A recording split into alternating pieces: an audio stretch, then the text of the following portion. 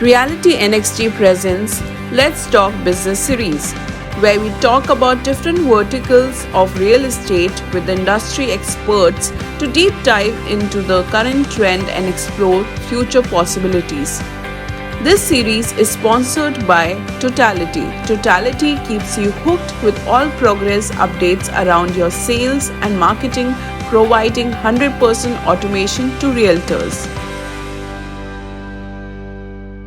Recently, Karnataka budget for fiscal 21 reduced the stamp duty, for the buying apartments price between 35 to 45 lakh to 3% from 5%. So do you think in 2021, the affordable apartment demand will grow exceedingly? Yeah, there has always been a demand for affordable homes all over the country. In fact, this is my famous quotation I've been talking about for the last 15 years. I used to, teach in IIM Bangalore. So, one of the class I remember affordable housing is one area.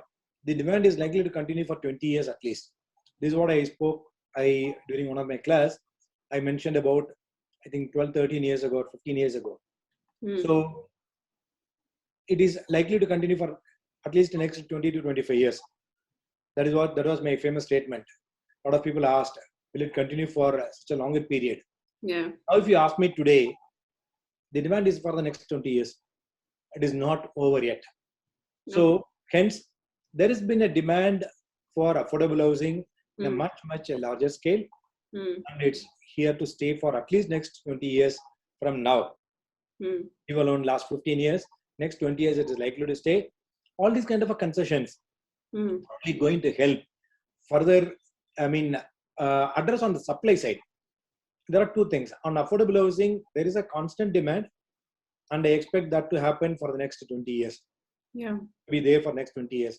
Whereas on the supply side, there has been a lot of gap.